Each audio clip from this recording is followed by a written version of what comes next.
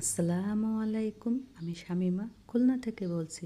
BD blogger Shamima channel থেকে আপনাদেরকে আরও একবার স্বাগত জানাই।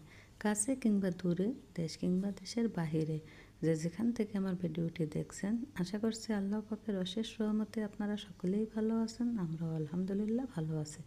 তো চলে আসলাম নতুন আরও একটা ব্লগ নিয়ে। তো এখন হচ্ছে বিকালবেলায়। তো বিকালবেলা আসরের পরে নামাজ পড়ে নিচে নামছে। আর আজকে হচ্ছে আমি কাঠের চুলায় বিরিয়ানি রান্না করব। তা খুব সহজভাবে সেটি টুকিটাকি আপনাদের সাথে শেয়ার করব। আর ফ্রেন্ডস উইথ ব্লগসের বিলাল ভাই বা শারমিনাপুর ভাই আর কি, বিলাল। তা ওই ভাইয়া খুব অসুস্থ, হসপিটালে ভর্তি।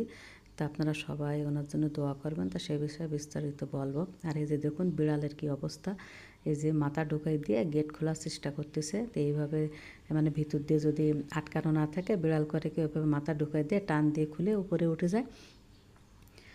তো এই যে বিকালে নিচে নামলাম, বিকাল থেকে শুরু করছে। আর কিন্তু আমি বিরিয়ানিটা রান্না করছি কিন্তু পরের দিন সকাল, মানে সকালে দুপুরের সময় আর কি। আর এটা হচ্ছে বিকালের ভিডিওতে যে আরশি খেলা করছে, আসছে জান্নাতে, ওরা খেলা করছে। তো আপনাদের সাথে এখন আমি বিলাল ভাই সম্পর্কে বলবো। তো বিলাল ভাই কিন্তু অনেক অসুস্থ।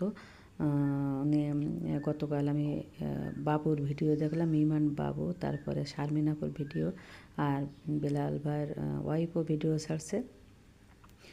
তো বিলাল ভাই আছে, উনি দীর্ঘদিন যাবৎ থ্যালাসিয়াম রোগে ভুগতেছিল। থ্যালাসিয়াম রোগ মানে আছে ওনার গায়ে নাকি রক্ত থাকে না, কিছুদিন পর পর রক্ত দিতে হয়। তো সে কারণে আর কি উনি মেলা অসুস্থ হয়ে গেছে। তা ওনারা কিন্তু ডক্টরসের কাছে নিয়ে গেছে শারমিন আর বাবু মিলে। ওখানে নাকি একদিন ভর্তি করেও রেখেছিল। আর কী কী পরীক্ষা নিরীক্ষা অনেক কিছু করছে। আর শারমিন কী বললো অতটা বোঝা গেল না, যে পেটের মধ্যে একটা টিউমার না কী যেন একটা আছে। বললো যে ওষুধ খায়নি 1-1.5 মাস, না খাওয়ার কারণে সেই টিউমারটা অনেক বড় হয়ে গেছে, ফুলে গেছে অনেক, মানে আগে যা ছিল তার থেকে অনেক বড় হয়েছে ওষুধ না খাওয়ার কারণে। আর যেহেতু উনি থ্যালাসিয়ামের রোগী, মানে রক্তশূন্যতায় ভোগে, তো ওনার কিন্তু হাত মুখ সব ফুলে গেছে। তা শারমিনের মা আর কি, মানে বাবুর মা বা বেলাল ভাইয়ের মা কিন্তু 2 দিন আগেই ভিডিওটি কিন্তু অনেক কান্নাকাটি করছিল বেলাল ভাই অসুস্থ দেখে। তো তারপরে কিন্তু শারমিন গেছে যে কিন্তু ডক্টরের কাছে নিছে আর কি।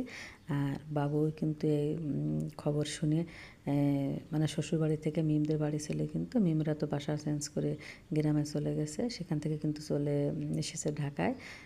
যে ওরা 2 ভাই মিলে কিন্তু বেলাল ভাইকে কিন্তু ডক্টরসের কাছে নিছে। তো অনেকগুলো পরীক্ষা নিরীক্ষা দিছে, তো অনেক পরীক্ষা নিরীক্ষা করছে। তো অত তোরা ডিটেলস বলি না, যেটা শারমিন বললো যে রিপোর্ট খুব একটা ভালো না। এমনি তো ওনার শরীরে রক্ত থাকে না, রক্ত দিতে হয়, কিছুদিন পর পর রক্ত না দিলেই অসুস্থ হয়ে পড়ে। তারপরে ওষুধ না খাওয়ার কারণে সেই ভিতরে পাথর না কি বললো, একটা টিউমার অনেক বড় হয়ে গেছে, যার কারণে কিন্তু এই সমস্যা দেখা দিচ্ছে। তো সবাই বিলাল ভাইয়ের জন্য দোয়া করবেন। তো এই তো এদিক তো কথা বলতে বলতে কিন্তু আমি কাঠের চুলায় বিরিয়ানিটা রান্না করতেছি। তো এই যে বিরিয়ানি রান্না করতে যে মশলা লাগে আর কি, আমি এখানে মুরগির মাংস নিয়েছি। এই পেঁয়াজ বাটা, রসুন বাটা, আদা বাটা, জিরা বাটা, একটু ঝাল, তারপরে মানে যত রকম মশলা আছে। আর যেহেতু বিরিয়ানির প্যাকেট মশলা দিব, তো সে বুঝে মশলাটা দিয়ে নিয়েছি। আর এখানে হচ্ছে আমি একটু গরুর মাংস আলু দিয়ে ঝোল ঝোল করে রান্না করে নিয়েছি, কারণ আমার ফ্যামিলিতে না শুধু বিরিয়ানি খেতে চায় না, বলে কি গলা আটকে যায়। তাই একটু গরুর মাংস রান্না করলাম, কারণ আমি আবার মুরগি খাই না বা বিরিয়ানি পছন্দ করি না। তো আমার জন্য যেহেতু সাদা ভাত রান্না হবে, তো সে কারণে গরুর মাংস রান্না করছে, যাতে আমিও খেতে পারবো, ওরাও বিরিয়ানি দিয়ে খেতে পারবে। তো এই তো সব মশলা দিয়ে কিন্তু আমি মাংসটাকে কষিয়ে নিয়ে, এখন আছে যে বিরিয়ানির যে প্যাকেট মশলা আছে ওর মধ্যে কিন্তু সমস্ত কিছু দেওয়া থাকে। তা সেখান থেকে আমি বেশিটুকু দিয়ে দিলাম, আর একটু রেখে দিয়েছি আমি নামানোর আগে ওটা দিব। তা মশলাটা দিয়ে এখন কষিয়ে নেব। এখানে টক দই আর যত রকম বাটা মশলা আছে, মানে বিরিয়ানিতে লাগে, পেঁয়াজ রসুন বাটা, আদা বাটা, জিরা বাটা, একটু শুকনো ঝাল, তারপর কাঁচামরিচ ফালি দিয়ে দেবো, টক দই, এই তো সব গরম মশলা বেশি দিই নেই, কারণ বিরিয়ানির ওই প্যাকেট মশলা কিন্তু থাকে, সব মশলাই সামান্য দিয়েছিলাম। আর এই যে দেখছেন আমার চুলার অবস্থা, তো এটা যেহেতু সিমেন্টের চুলা, এখানে কিন্তু চিকন সুতোর মতো রড দেওয়া ছিল, তো ভেঙে গেছে। তো আমি করছিলাম কি, কাঠ দিয়ে মাটি দিয়ে এখানে রেখেছিলাম, তো যে একটু গুঁতা লাগে সে ভেঙে যায়। তো ওখানে আসলে রড দিয়ে করতে হবে, তো রোজা থেকে আসলে ঝামেলার দিকে আর গেলাম না, পরে দেখা যাবে ইনশাল্লাহ ঠিক করে নিব। তো আপনারা কেউ কিছু মনে করেন না আমার চুলার এই অবস্থা দেখে। তো এদিক তো কথা বলতে বলতে কিন্তু কাঁচা ঝালও দিয়ে দিলাম, দিয়ে এখন আমি মাংসটা কিন্তু ভালো মতো কষিয়ে নিয়েছি, মানে মাংসটা কিন্তু বাড়ানা 75% সিদ্ধ করে নিয়ে তারপরে কিন্তু চাউলটা দিতে হবে। দিয়ে আমি পোলাও চাউলটা আমি আগে থেকে ধুয়ে পানি ঝরিয়ে রেখেছিলাম, এখন লবণ দিয়ে দিলাম চাউলের সাথে।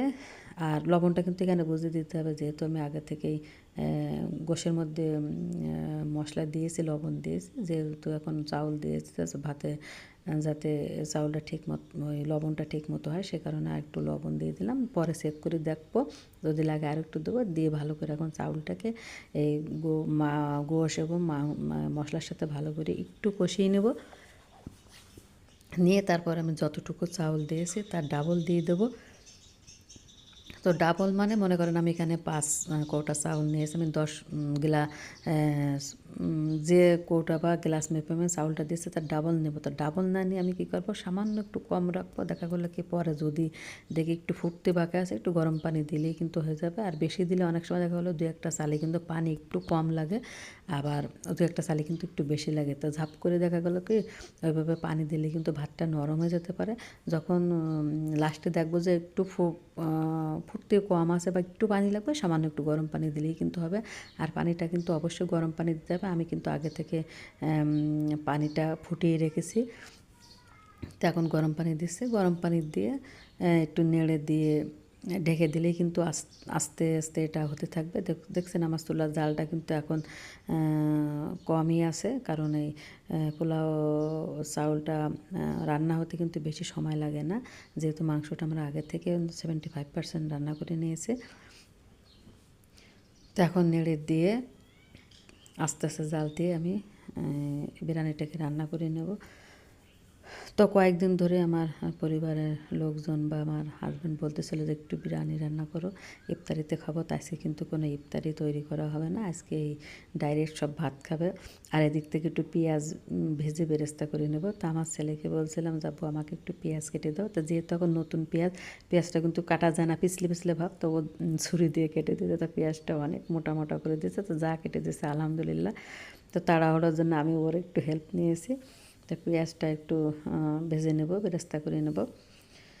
তো এটা যে সময় ভাত আর পানিটা সমান সমান নিয়ে আসবে সে সময় দিয়ে দেবো।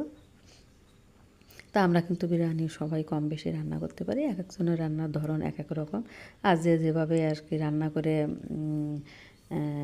আনন্দ পায়, ভালো লাগে, সে সেভাবে কিন্তু রান্না করে নেয়। এক একজনের রান্নার আইডিয়া এক এক রকম। তবে হ্যাঁ, অনেকের রান্নার দেখে দেখা হলে একটা একটা আইডিয়া নিতে পারি আমরা সবাই একজন আরেকজনের কাছ থেকে। তো এদিক থেকে কিন্তু পানিটা আর চাউলটা কিন্তু প্রায় সমান সমান হয়ে এসেছে। এখন বেরেস্তা দিয়ে দিলাম, আর একটু ঘি দিয়ে দেবো। আর কাঁচা চাল তো আগে দিয়েছিলাম। আর এখানে আপনারা আলু বোখারাও দিতে পারেন। তো আমি আজকে একদম সহজভাবে সিম্পলভাবে দেখাচ্ছি।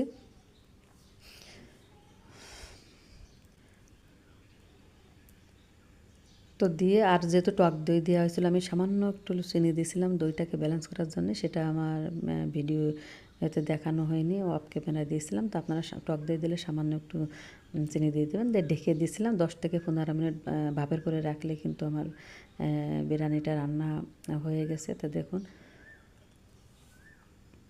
তো এতে অনেকটাই কিন্তু ঝরঝরে হয়েছে, এই যে দেখুন।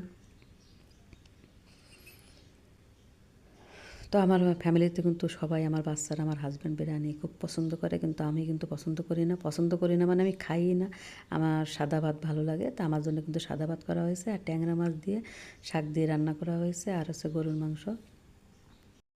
তো আমি কিন্তু বিরিয়ানি বা পোলাও এগুলো পছন্দ করি না। আমার কাছে সাদা ভাত খুবই ভালো লাগে। তারপরে যে কোনো ধরনের ছোটো মাছ, গরুর মাংসের মধ্যে তারপরে শাক পাতা যেমন আছে, কিন্তু আমি মানে আমার ক্ষেত থেকে তেলা কচু শাক আছে, আপনারা চেনেন কিনা জানি না। তেলা কচু শাক দিয়ে ট্যাংরা মাছ দিয়ে রান্না করছি, খুবই ভালো একটি খাবার এবং শরীরের জন্য কিন্তু খুবই উপকারী। তো এই তো ওদের জন্য আমি তো রান্না করে নিলাম চিকেন বিরিয়ানি একদম সহজভাবে। এখানে আপনারা আলু বোখারাও দিতে পারেন, আবার কিশমিশও দিতে পারেন, আর গোলাপ জল, তারপরে কেওড়া জল, এগুলো দিলে কি একটু সুন্দর একটা ফ্লেভার আসবে। তো আজকে ভিডিওটি আর বেশি বড় করব না। তো আমার ভিডিওটি কেমন লেগেছে অবশ্যই কমেন্ট সেকশানে কমেন্ট করে জানাবেন। আর বিলাল ভাইয়ের জন্য অবশ্যই আপনারা সকলেই দোয়া করবেন, আল্লাহ পাক যেন ওনাকে তাড়াতাড়ি সুস্থতা দান করেন। তো সকলে ভালো থাকবেন, সুস্থ থাকবেন, নিরাপদে থাকবেন। আজকের মতো এখানে শেষ করছি। আল্লাহ হাফেজ।